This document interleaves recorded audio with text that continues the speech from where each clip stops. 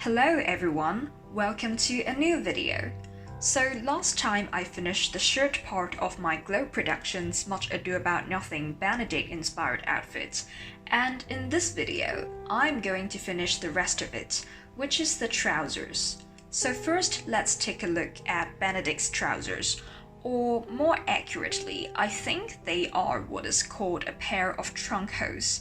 These very spacious trouser-like garments were the fashionable option for Renaissance gentlemen, but are a bit out of my comfort zone for modern-day wearing. Also, look at that loose, droopy butt area situation.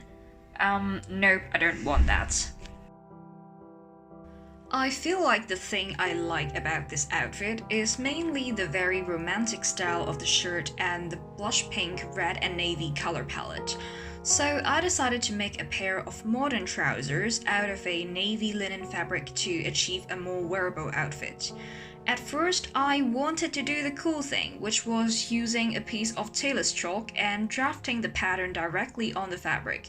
But halfway through the drafting, I realized my fabric is just not wide enough for me to align all my panels on the same line, so I gave up on this idea and went back to drafting on paper.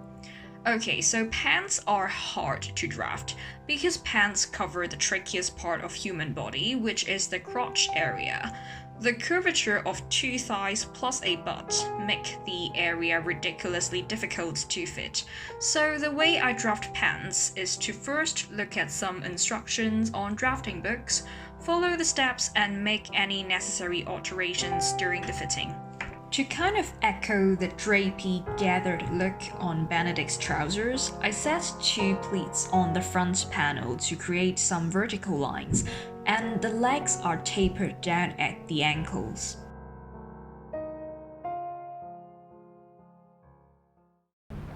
Right, so this is what the pattern looks like right now. I don't know, it's looking a bit weird over here, probably because I shaved a lot of volume off the center back, so it's kind of curving in a weird way, but you know what, I'm just gonna try it out. So here we've got the middle, like the center front of the first half. So like the pressing line is here, and I put my pleats here and here, so hopefully when I pleat these parts, so this is going to fold over to here and it could create a beautiful press line, so this is what I'm hoping for. Also, some tips and tricks. If you want the crouch part of your pants to kind of have this smooth line, you could always use a piece of paper.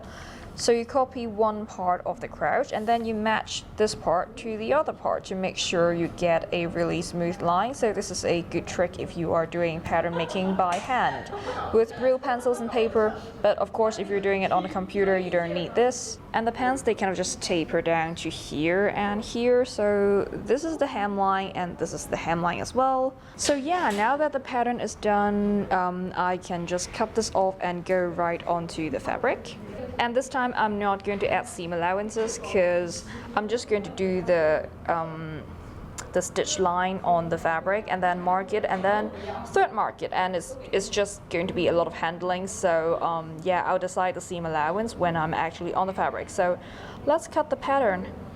After I finish the pattern, I mark it onto the folded fabric with chalk and I make very loose tacks on all the lines.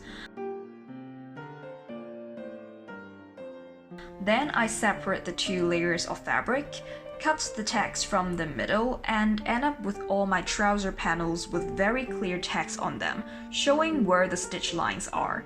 Tacks are much more stable than just chalk marks, and it's a good technique to use when you intend to do a few fittings on the garment. After tacking everything, I quickly basted the panels together for the first fitting.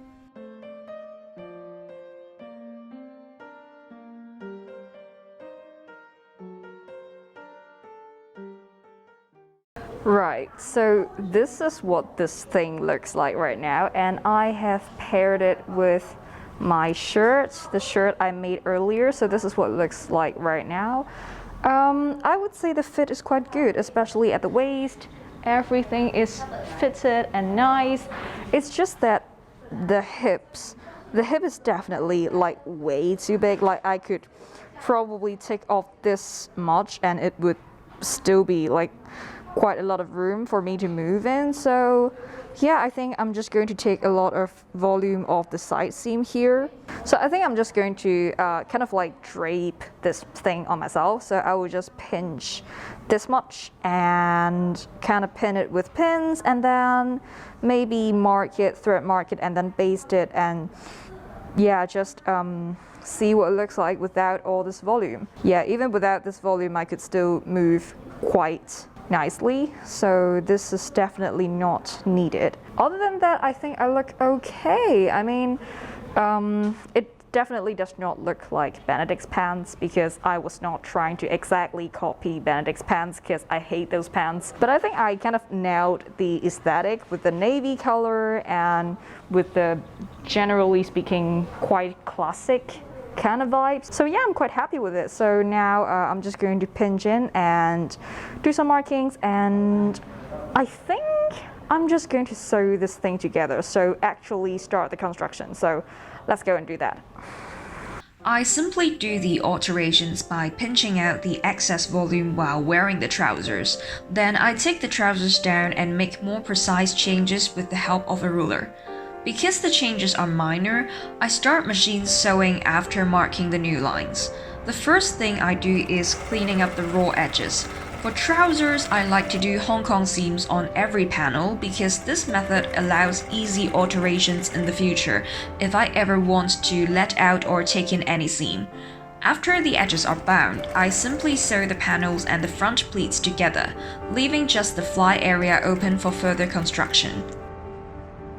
And at this point, I suddenly decide that I want pockets after I finish the side seams. A piece of advice here, try to make up your mind before you start the construction to avoid taking things apart. So I quickly rip an opening on the top of my side seams, cut out a pair of pockets, French seam them, and insert them into my trousers. I decide to go with a button fly for my trousers because button fly does have a more historical flair compared to zippers. The construction is similar, you basically just change the zipper to buttons. I insert strips of canvas into the entire fly area to strengthen the fabric, because these buttons and buttonholes will go through a lot of wear and tear.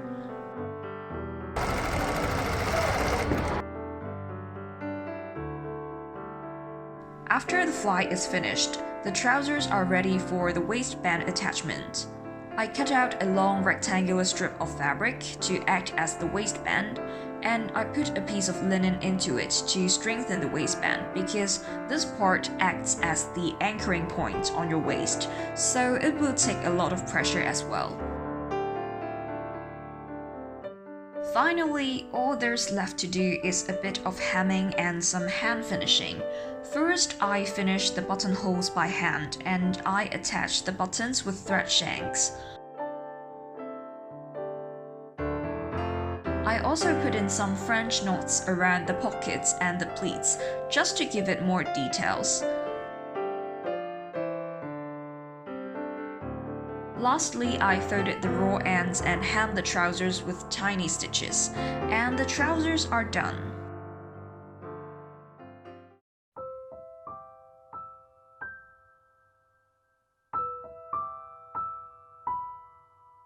Sigh no more, ladies, sigh no more. Men were deceivers ever. 1 foot in sea, and 1 on shore.